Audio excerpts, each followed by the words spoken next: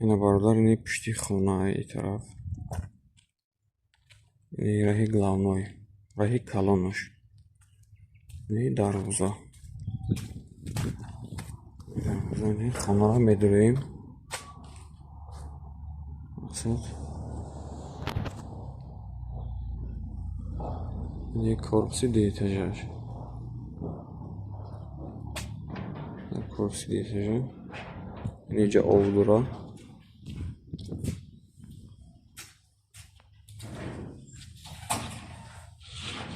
اینجا اگرود.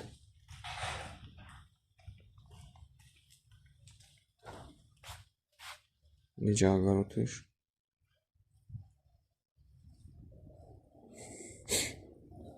خونه کلان میداریم.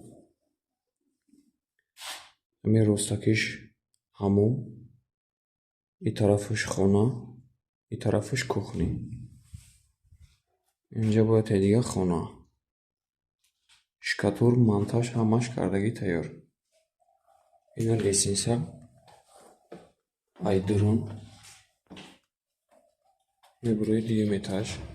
اونجا از دلی کلان. شکاکلیوفکا کردگی تیار. اینجا یا دیگه زلی کلانی دیگه. بالا دیگه میتاش دیتا خونه داره. اینجا دیتا خونه داره. اینجا میفروی.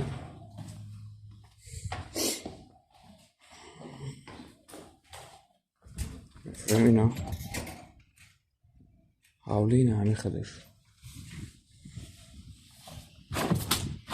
اینا در این طرف باید دیگه باید پرامون.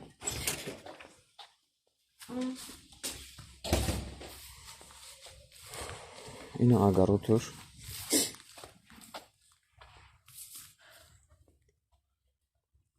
اینه времянкое که مقصد بازی زندگی کرده میشود. اونجا یک تا تریزش اونا درش اینه هر دی خانه و درون بدرون. اینجا کухні. اینجا حمام. اینجا حجت خونه. اینجا با خاطرشی پر کردگی نیستیم. اینجا جای دیگدان خانه و هم خیلی چیزا میشود. و همون خاطر اون طرفه پر کردگی نیستیم.